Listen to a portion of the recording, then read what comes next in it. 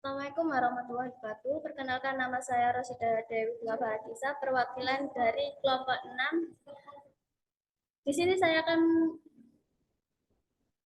menyampaikan tentang psikologi sosial dari Dr. Bambang Saiful Arifin, MASI, dengan anggota yaitu 1 Mahfudatul Ilmiah, 2 Linggawisma Angga Saputro, dan 3 Mifatul Ulum, dan 4 Nugroho Dwi Wulyanto.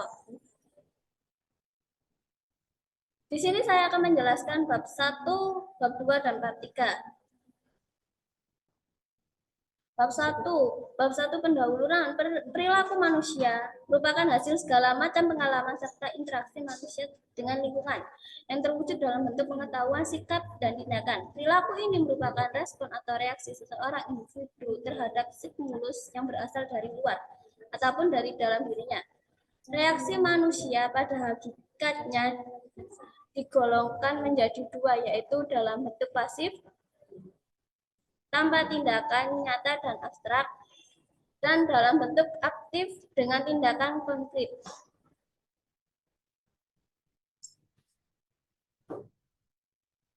Skinner, seorang psikolog, merumuskan bahwa perilaku merupakan respon atau reaksi seseorang terhadap stimulus rangsangan dari luar. Perilaku ini terjadi melalui proses adanya stimulus terhadap organisme, kemudian organisme disebut merespon.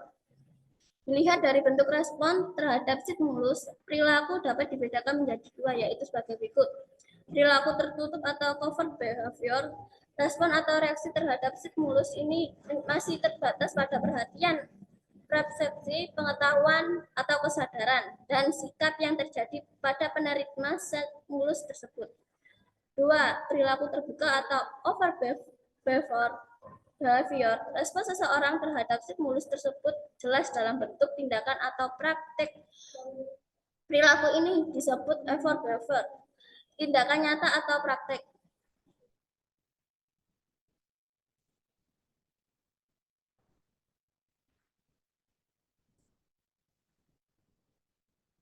Satu, berbagi pandangan tentang perilaku.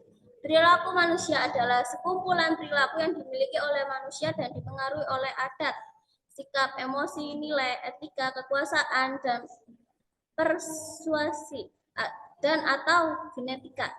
Perilaku seseorang dikelompokkan dalam perilaku wajar, perilaku dapat diterima, perilaku aneh, dan perilaku menyimpan. A. Pandangan sosiologi terhadap perilaku. Dalam ilmu sosiologi, perilaku dianggap sebagai sesuatu yang ditunjukkan pada orang lain sehingga merupakan tindakan sosial manusia yang sangat mendasar. Menurut Harry M. Johnson, yang dikutip oleh Surjano Suekanto, sosiologi sebagai ilmu mempunyai ciri-ciri berikut. 1. Empiris, yaitu didasarkan oleh observasi dan akal sehat yang dihasilkan. Hasilnya yang tidak bersifat spekulasi, menduga-duga. 2. Teoritis, yaitu berusaha menyusun abstraksi dari hasil observasi yang konkret di lapangan. Abstraksi tersebut merupakan kerangka dari unsur-unsur yang tersusun secara logis dan tertuju menjalankan hubungan sebab sehingga menjadi teori. 3. Kumulatif, yaitu disusun atas dasar teori yang sudah ada kemudian diperbaiki, diperluas sehingga memperkuat teori yang lama. Dan 4. Nonetis, yaitu pembahasan suatu masalah tidak mempersoalkan dengan baik atau buruknya masalah, bertujuan untuk menjelaskan masalah secara mendalam.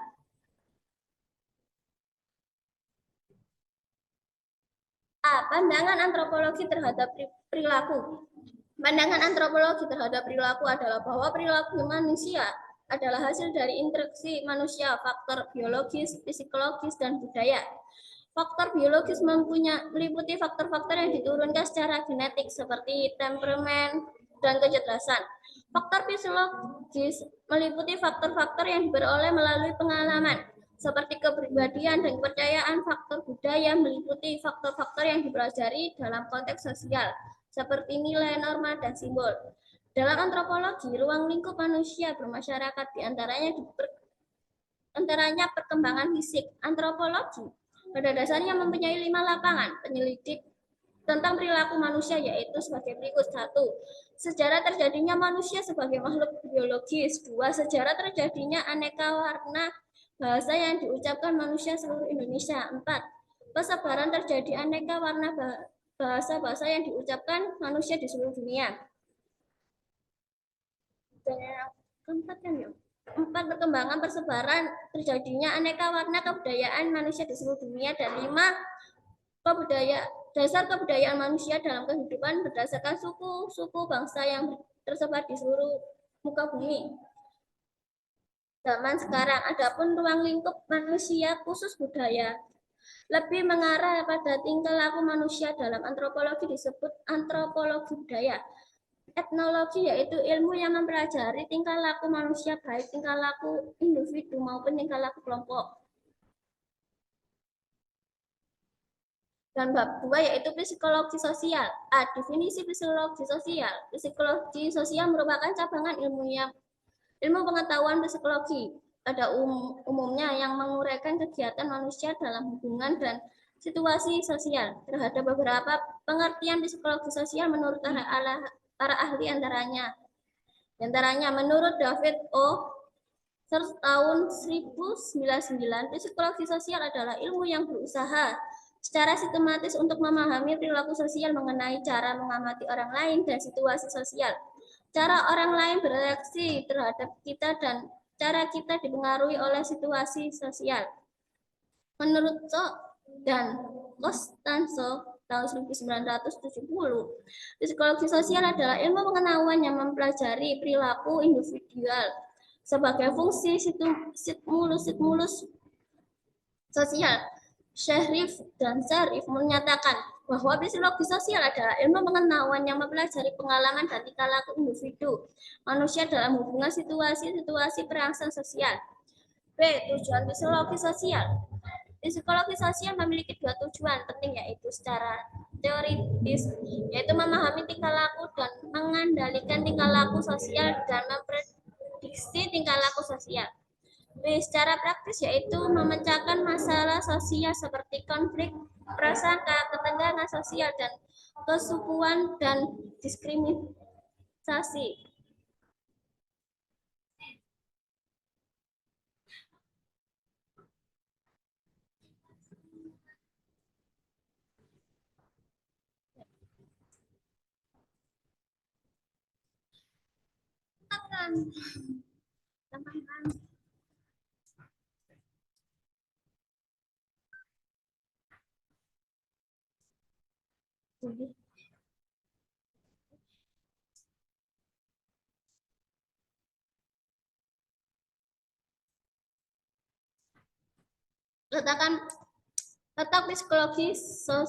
letak psikologi dan sistematik pengetahuan dan kedudukan psikologi sosial dalam lapangan. 1. Kedudukan psikologi dalam sistematika pengetahuan sejak tahun 1878 yang dipelopori oleh J.B. Watson. Istilah psikologi sebagai ilmu jiwa yang digunakan tetapi digunakan sebagai ilmu yang mempelajari perilaku karena ilmu pengetahuan menghendaki objeknya dapat diamati, dicatat, diukur. Psikologi dapat disebut sebagai ilmu terjadi karena memenuhi syarat berikut. Secara sistematis dipelajari melalui penelitian ilmiah dengan menggunakan metode ilmiah. 2. Memiliki struktur keilmuan yang jelas. 3. Memiliki objek formal dan material. 4. Menggunakan metode ilmiah seperti eksperimen kepribadian, eksperimen observasi. Dan 5. Memiliki terminologi khusus seperti bakat, motivasi, inteligensi, kepribadian. 6. Dapat diaplikasikan dalam berbagai adegan kehidupan. 2. Kedudukan psikologi sosial dalam lapangan psikologi. Psikologi sekarang ini merupakan salah satu ilmu pengetahuan yang berkembang dengan pesat. Gerungan 2010 membedakan psikologi menjadi dua bagian, yaitu psikologi teoritis dan psikologi praktis. Adapun mengenai kedua bagian psikologi tersebut adalah berikut. Psikologi teoritis digolongkan menjadi dua kelompok, yaitu psikologi umum yang diuraikan dan menyelidiki kegiatan psikis pada manusia dewasa dan normal, termasuk kegiatan pengamatan pemikiran, inteligensi, perasaan, kehendakan, motif, dan sebagainya. Dan B, psikologi khusus menguraikan penyelidiki segi-segi khusus kegiatan psikis manusia, yaitu psikologi berkembangnya, menguraikan perkembangan kegiatan psikis manusia dari kecil sampai dewasa lebih lanjut. Dua, psikologi kepribadian menguraikan struktur kepribadian manusia sebagai suatu keseluruhan serta mengenai jenis-jenis dan tipe-tipe kepribadian.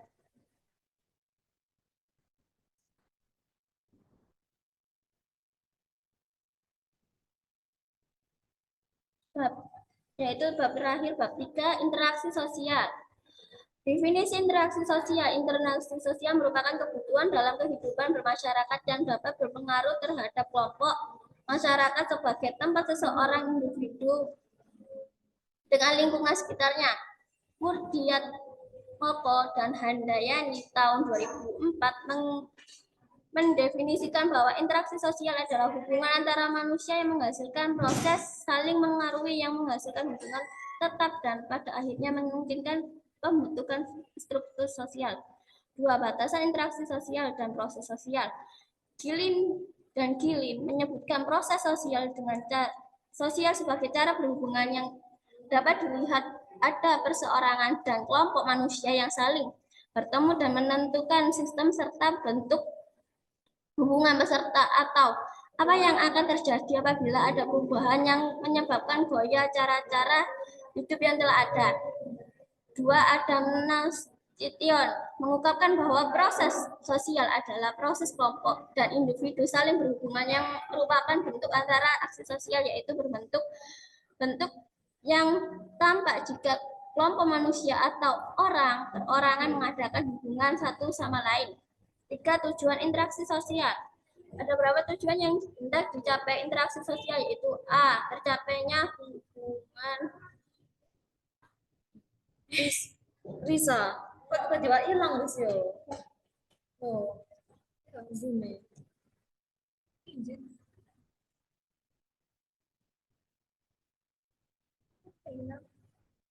Oh, enggak ikut. Kenapa ya. 3, tujuan interaksi sosial. Ada beberapa tujuan hendak dicapai dari interaksi sosial, yaitu terciptanya hubungan yang harmonis. 2, tercapainya tujuan hubungan dan kepentingan. 3, sarana dalam mewujudkan keteraturan kehidupan sosial dan masyarakat. Menurut Suekanto, interaksi sosial sangat berguna untuk menelan dan mempelajari banyak masalah dalam masyarakat. Interaksi sosial merupakan kunci dari semua kehidupan sosial. Karena tanpa interaksi sosial, tidak akan mungkin ada kehidupan bersama.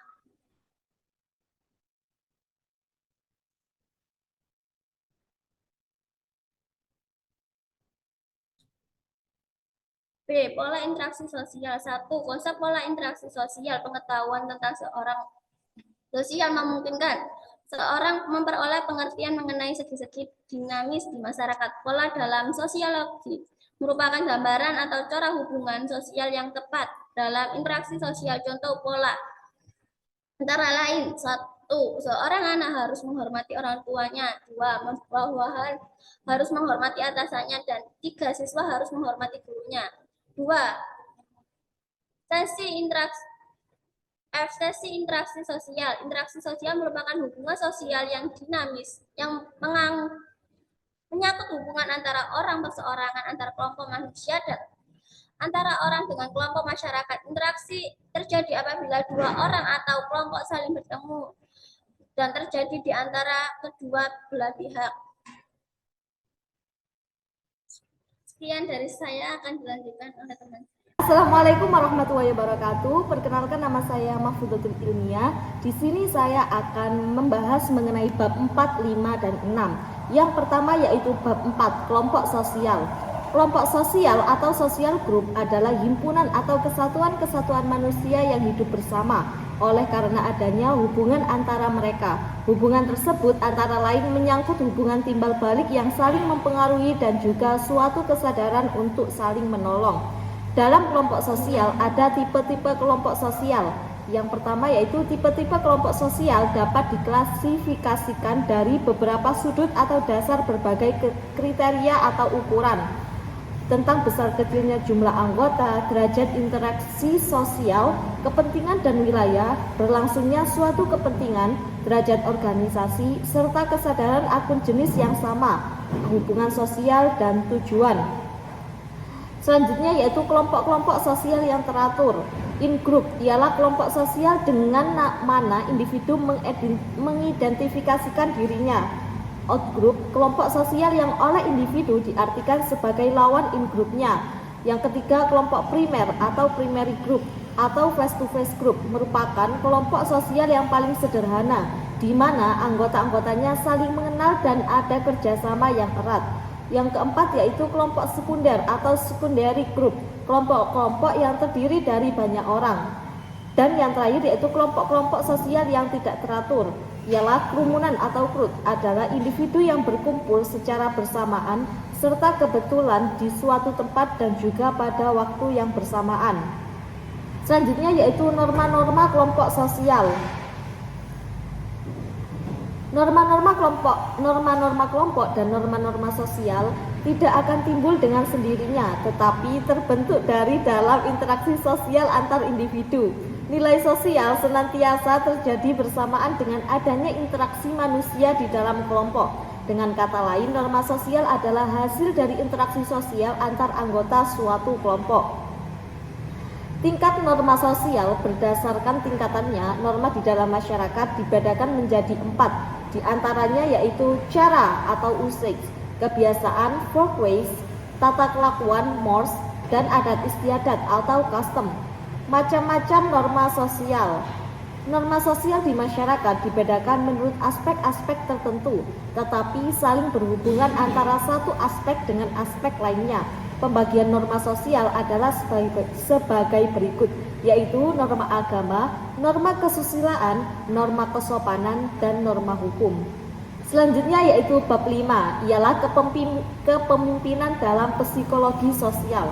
Kepemimpinan atau leadership adalah kemampuan seseorang dalam menjadi pemimpin atau leader. Kepemimpinan meliputi proses mempengaruhi dalam menentukan tujuan organisasi, memotivasi perilaku pengikut untuk mencapai tujuan, mempengaruhi untuk memperbaiki kelompok dan budayanya. Kepemimpinan merupakan salah satu unsur penentu keberhasilan organisasi dalam menuju perubahan. Berikut adalah beberapa pengertian kepemimpinan menurut para ahli. Ialah, menurut Ortweighted, kepemimpinan adalah kegiatan untuk mempengaruhi orang-orang agar bekerja sama mencapai tujuan yang diinginkan. Menurut George R. Reed, kepemimpinan merupakan kegiatan untuk memengaruhi orang-orang agar orang-orang itu mencapai tujuan kelompok. Dan yang ketiga, menurut Kate Davis, kepemimpinan adalah faktor kemanusiaan yang mengikat kelompok menjadi satu dan mendorongnya menuju tujuan, sehingga dapat didefinisikan bahwa kepemimpinan adalah suatu perilaku dengan tujuan tertentu untuk memengaruhi para aktivitas anggota kelompok dalam mencapai tujuan bersama yang bermanfaat bagi individu maupun organisasi. Selanjutnya yaitu esensi konsep kepemimpinan. Beragam definisi dan konsep kepemimpinan yang ditemukan dalam berbagai bahan pustaka yang masing-masing berbeda dalam penekanan arti. Richard Lee Duff mendefinisikan kepemimpinan atau leadership adalah suatu pengaruh yang berhubungan antara para pemimpin dan pengikut atau followers. Kepemimpinan adalah suatu upaya menggunakan pengaruh untuk memotivasi orang-orang guna pencapaian suatu tujuan.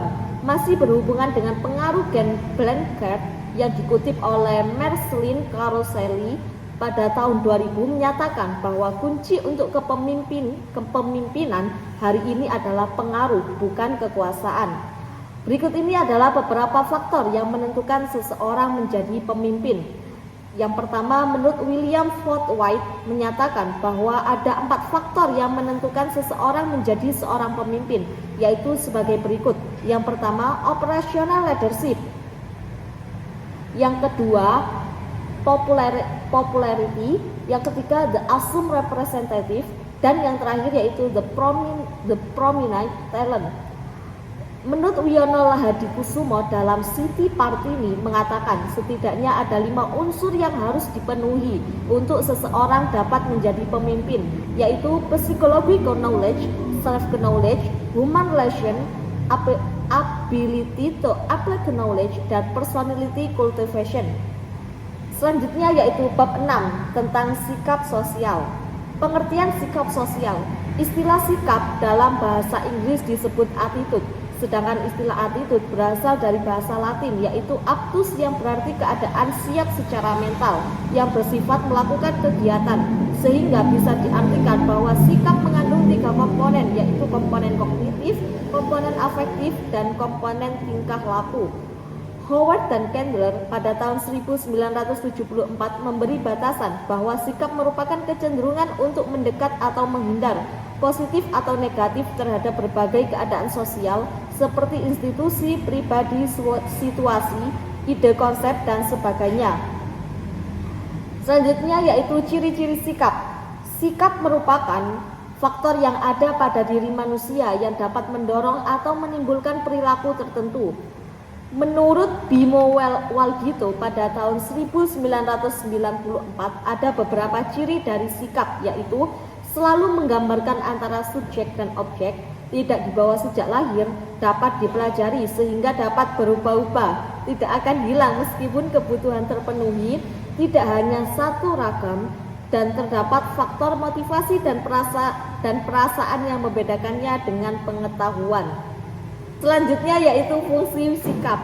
Fungsi atau tugas sikap menurut Abu Ahmadi dapat dibagi menjadi 4 golongan, diantaranya sikap berfungsi sebagai alat untuk menyesuaikan diri, sikap sebagai alat pengatur tingkah laku, sikap berfungsi sebagai alat pengatur pengalaman, serta sikap berfungsi sebagai pernyataan kepribadian.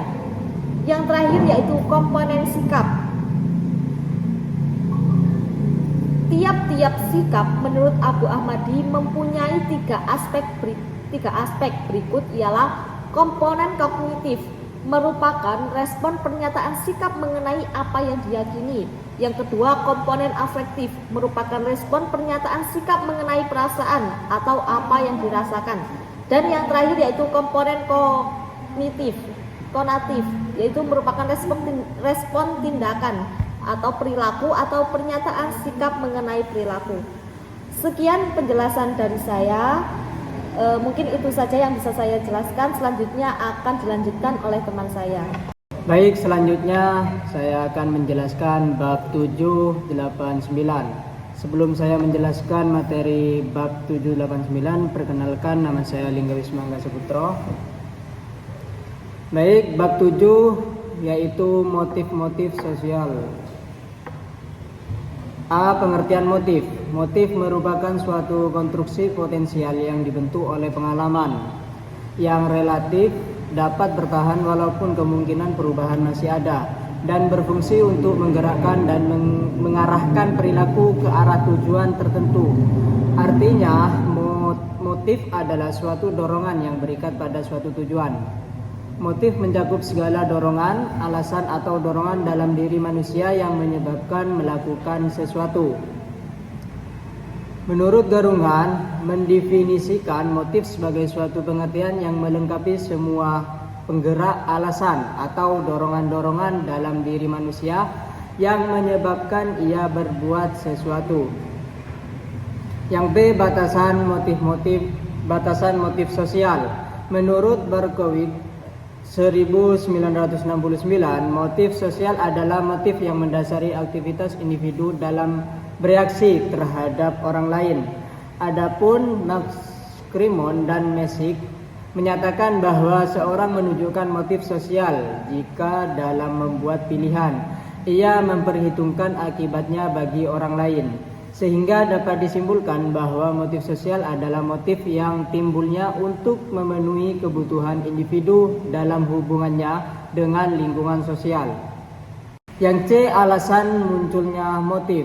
Motif sosial timbul karena adanya kebutuhan yang harus dipenuhi bagi setiap individu.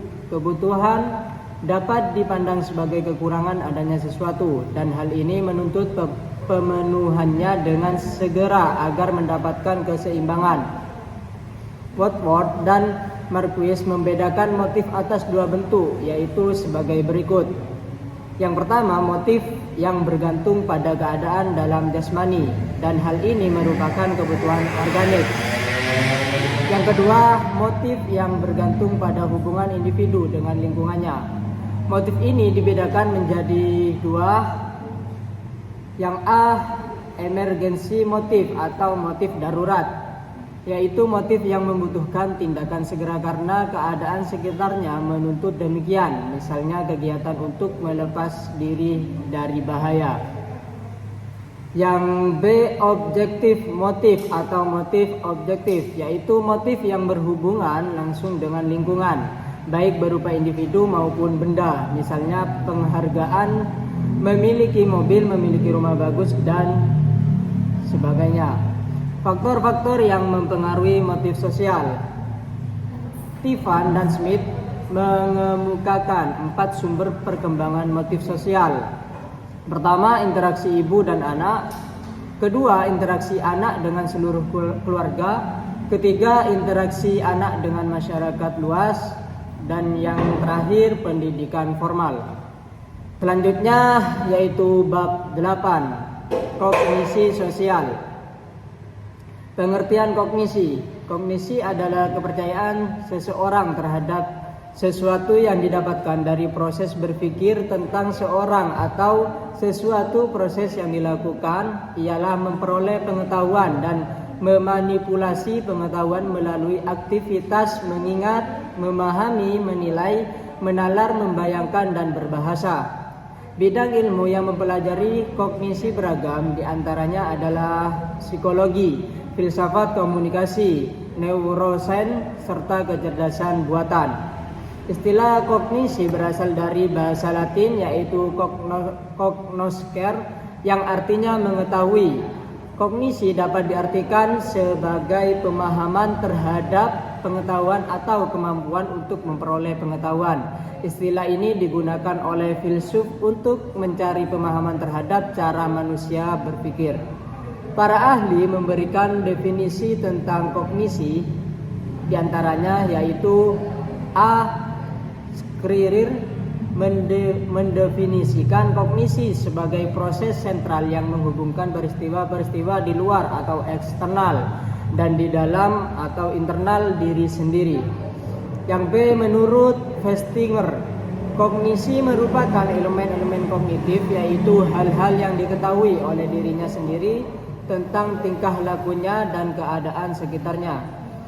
Yang C, Neisser mendefinisikan kognisi sebagai proses yang mengubah, mereduksi, memerinci, menyimpan, mengungkapkan, dan memakai setiap masukan atau input yang datang dari alat indera.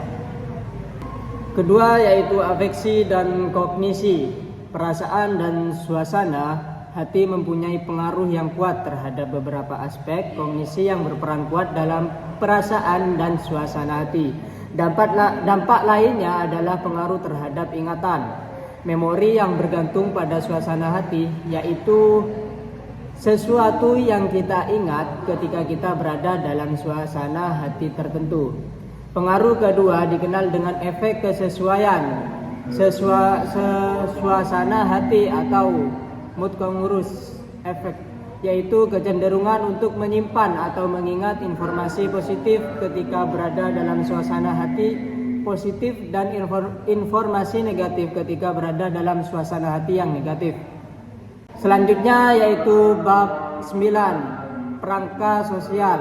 Pengertian perangka sosial. Perangka merupakan sikap atau biasanya negatif kepada anggota kelompok tertentu yang hanya didasarkan pada keanggotaan mereka dalam kelompok, misalnya karena pelaku Pemboman di Bali adalah orang Islam yang berjangkut lebat. Seluruh orang Islam, terutama yang berjangkut lebat, dicurigai memiliki iktikat buruk untuk meneror.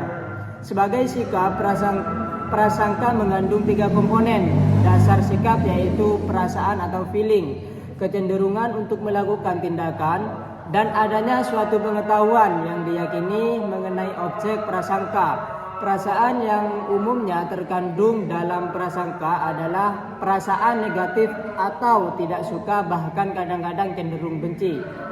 Para ahli meninjau pengertian prasangka sosial dari berbagai sudut pandang, yaitu yang pertama, Kim Bal-yong menyatakan bahwa prasangka mempunyai ciri khas pertentangan antara kelompok yang ditandai oleh kuatnya in-group dan out-group.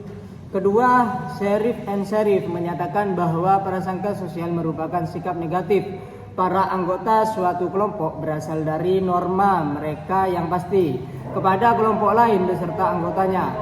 Yang ketiga, Abu Ahmadi menegaskan bahwa prasangka sosial merupakan gejala psikologi sosial. Hal ini merupakan masalah yang penting dibahas di dalam intergroup relation, karena prasangka sosial atau prasangka kelompok diperlihatkan anggota sesuatu kelompok terhadap kelompok lain, termasuk para anggotanya. Berdasarkan pandangan di atas, batasan mengenai prasangka sosial adalah sikap negatif yang diperlihatkan individu atau kelompok terhadap individu lainnya atau kelompok lain. Selanjutnya, komponen pendukung prasangka. Menurut Portiga, prasangka memiliki 3 faktor utama, yaitu stereotip, jarak sosial, dan sikap diskriminasi. Stereotip memunculkan prasangka, lalu karena prasangka terjadi jarak sosial, dan setiap orang yang berprasangka cenderung melakukan diskriminasi.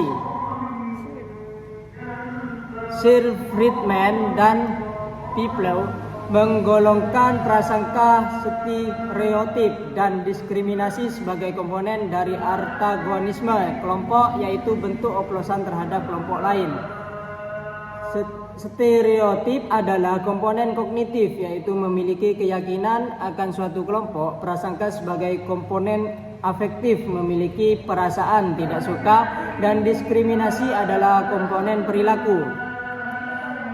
Makna stereotip. Stereotip adalah kombinasi dari ciri-ciri yang paling sering diterapkan oleh suatu kelompok terhadap kelompok lain atau oleh seorang kepada orang lain. Matsumoto mendefinisikan stereotip sebagai generalisasi kesan yang dimiliki mengenai seorang, terutama karakter psikologis atau sifat kepribadian. Stereotip berfungsi menggambarkan realitas antar kelompok, mendefinisikan kelompok dalam kontras dengan hal lain, membentuk image kelompok lain yang menerangkan, merasionalisasi, dan menjustifikasi hubungan antar kelompok dan perilaku orang pada masa lalu, sekarang, dan akan datang di dalam suatu hubungan. Baik, sekian dari saya. Selanjutnya akan dijelaskan oleh teman kami. Saya Miftahul Ulum. Di sini saya bakal menjelaskan tentang bab 10.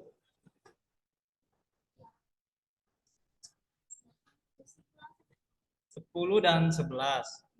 Nah, yang bab 10 ini yaitu komunikasi. Pengertian komunikasi, istilah komunikasi atau dalam bahasa Inggris, communication berasal dari bahasa Latin, communicati, yang bersumber dari komunis yang berarti sama. Komunikasi minimal harus mengandung kesamaan makna antara kedua belah pihak yang terlibat. Dikatakan minimal karena kegiatan komunikasi tidak bersifat suatu paham atau keyakinan melakukan suatu kegiatan dan lain-lain. Yang kedua, B, komponen komunikasi. Sejumlah komponen penting atau unsur yang merupakan prasyarat terjadinya sebuah komunikasi. Dalam bahasa komunikasi, komponen-komponen tersebut meliputi yang pertama, komunikator, orang yang menyampaikan pesan. Yang kedua, penyataan yang didukung oleh lambang. Yang ketiga, komunikan, orang yang menerima pesan. Dan yang keempat, media saran atau saluran yang mengandung pesan. Yang terakhir, efek dampak sebagai pengaruh pesan.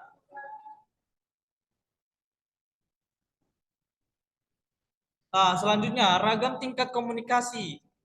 Secara umum, ragam tingkat komunikasi adalah sebagai berikut. Komunikasi intrapribadi, yaitu komunikasi yang terjadi dalam diri seorang berupa proses pengelolaan informasi melalui panca indera dan sistem saraf manusia. Kemudian komunikasi antar pribadi, yaitu kegiatan komunikasi yang dilakukan oleh seorang dengan orang lain dengan cara komunikasi yang lebih bersifat pribadi. Yang ketiga, komunikasi kelompok yang berlangsung antara sesuatu kelompok, yaitu komunikasi yang berlangsung antara suatu kelompok. Kemudian selanjutnya komunikasi organisasi, yaitu pengiriman dan penerimaan berbagai pesan organisasi di dalam kelompok formal ataupun informal dari suatu organisasi. Yang terakhir, komunikasi massa, yaitu jenis komunikasi yang ditujukan kepada sejumlah audiens yang terbesar. Kemudian defungsi komunikasi. Komunikasi adalah fundamental dalam kehidupan. Komunikasi ini merupakan suatu aktivitas kompleks dan komunikasi memegang peran penting dan kedudukan posisi yang efektif.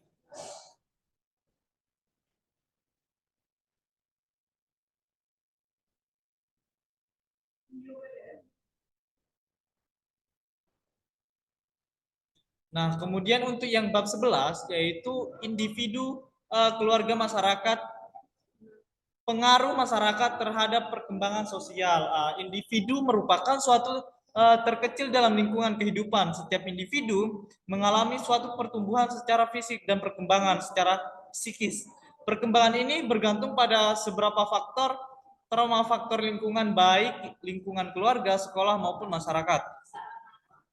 Kedua, keluarga adalah unit terdiri atas anggota-anggota sebagai akibat dari adanya sebuah perkawinan. Keluarga lazimnya terdiri atas ayah,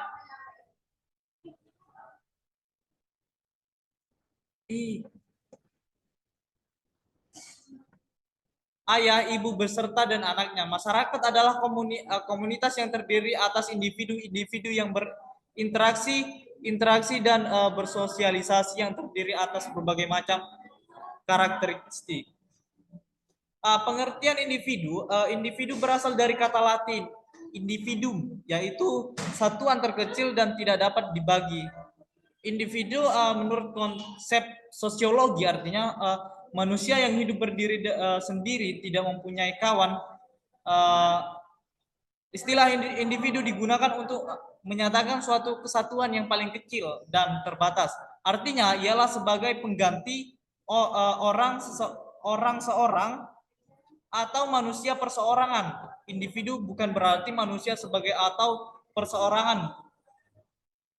Individu adalah seorang manusia yang tidak hanya memiliki peran khas di dalam lingkungan sosialnya, tetapi juga merupakan kepribadian serta pola tingkah laku spesifik di dirinya. Kemudian yang B, pengaruh lingkungan terhadap individu. Individu bersama lingkungan alamnya, baik lingkungan material maupun lingkungan sosial. Kondisi alam yang berubah seperti perubahan geografis, ekosistem, cuaca, atau perubahan yang terjadi pada masyarakat secara langsung, ataupun tidak menyebabkan perubahan pada individu karena setiap individu harus beradaptasi dengan lingkungannya. Karakteristik dan sifat keluarga sangat berpengaruh. Keluarga sebagai persekutuan dan tempat individu bermaung menjunjung tinggi prinsip kesatuan dan keutuhan untuk mencapai cita dan tujuan bersama. karakteristik keluarga dapat diidentifikasikan dengan hal berikut. Yang pertama, terdiri atas 2 atau lebih individu yang diikat oleh hubungan darah, perkawinan atau adopsi. Yang kedua, anggota hidup bersama dalam satu rumah dan membentuk satu rumah tangga atau household. Yang ketiga, merupakan suatu kesatuan yang berinteraksi dengan saling berkomunikasi. Yang terakhir, mempertahankan satu kebudayaan bersama yang sebagian besar berasal dari kebudayaan umum. Selain hal tersebut, kepatuhan setiap keluarga terhadap norma yang diterapkan dalam keluarga sangat dibutuhkan. Kepatuhan tersebut merupakan hal yang sudah dianggap wajar dan kebanyakan dikuasai oleh kebiasaan. Sekian dari saya, bakalan dilanjutkan oleh teman saya. Konflik dan integritas sosial. Konflik berasal dari bahasa Latin yang konfliknya yang berarti saling memukul. Secara sosiologis, konflik diartikan sebagai proses sosial 2 orang atau lebih, salah satu pihak berusaha menyingkirkan pihak lain dengan menghancurkan atau membuat adu domba. Menurut Tagerot, konflik merupakan warisan kehidupan yang berlaku dalam berbagai keadaan akibat bangkitnya dalam ketidaksetujuan lebih pihak secara berkelanjutan. 2. Ada beberapa pandangan tentang konflik. Yang pertama, pandangan tradisional, yaitu menyatakan bahwa konflik merupakan khayalan buruk yang merugikan dan harus dihindari. Kalau pandangan The Human Relation View, pandangan ini menyatakan bahwa konflik adalah suatu peristiwa yang wajar terjadi dalam kelompok. Dan pandangan terakhir adalah pandangan intelektualis. Pandangan ini cenderung mendorong terjadinya konflik dalam organisasi. Nah, bentuk dan konsep integrasi sosial. Yang pertama, definisi integrasi sosial dulu. Integrasi sosial merupakan suatu proses penyesuaian dari unsur-unsur berbeda yang ada di dalam masyarakat, sehingga hal tersebut bisa melebur dan menjadi salah satu utuh. Unsur yang tersebut berupa ras, etnik, kedudukan, sosial, agama, bahasa, agama, norma, adat istiadat, dan kebiasaan. Sistem ini oleh Sujono mendefinisikan integrasi sosial merupakan salah satu bentuk suatu proses sosial yang dilakukan dari berbagai pihak. Bentuk-bentuk interaksi sosial. Yang pertama, ada interaksi sosial horizontal antar kelompok sosial yang memiliki kedudukan sosial yang setara. Yang kedua adalah integritas secara vertikal. Integritas sosial secara vertikal yaitu terjadi di antara kelompok-kelompok sosial yang memiliki kedudukan sosial yang setara. Misalnya, integritas anti kelompok atas, kelompok menengah atas, dan menengah ke bawah. Itu merupakan konflik dan integritas sosial. Bab 13, agresi dan altruisme dalam pandangan teori Beasovic. Tindakan negatif ini pada dasarnya terbentuk karena pembelajaran lingkungan adanya melalui pengalaman atau menganut perilaku untuk melukai orang lain dan merusak milik orang lain. Dalam psikologi, ilmu pengertian agresi merujuk pada perilaku untuk membuat objeknya mengalami bahaya. B. Faktor penyebab agresi. Nah, banyak teori yang menyatakan sebab utama munculnya perilaku agresi adalah freudianisme yang dijelaskan di sini. Perilaku agresi muncul karena kehalangnya seorang dalam mencapai tujuan, kebutuhan, keinginan, penghadapan atau tindakan tertentu. Nah, ini ada faktor, yaitu yang faktor amarah dan faktor biologis. Dan C. Kesenjangan generasi. Definisi altruisme adalah definisi merupakan 4 dari kata sendiri, yaitu yang diciptakan oleh seorang filsuf yang bernama Auguste Comte. Kata ini berasal dari bahasa Prancis, yaitu artul. Bahasa Latin disebut juga arteri, yang memiliki arti dan lain. Dari sini dapat dipahami bahasanya menggambarkan seorang isi mata untuk kehadiran sifat perilaku diperkuat dengan keinginan serta tekad yang memiliki seorang untuk mencapai suatu tujuan. Faktornya apa aja? Ada 2 faktor, yaitu internal dan eksternal. Faktor pertama adalah empati, faktor kedua kepercayaan keadilan dunia, dan sifat dan pola asuh.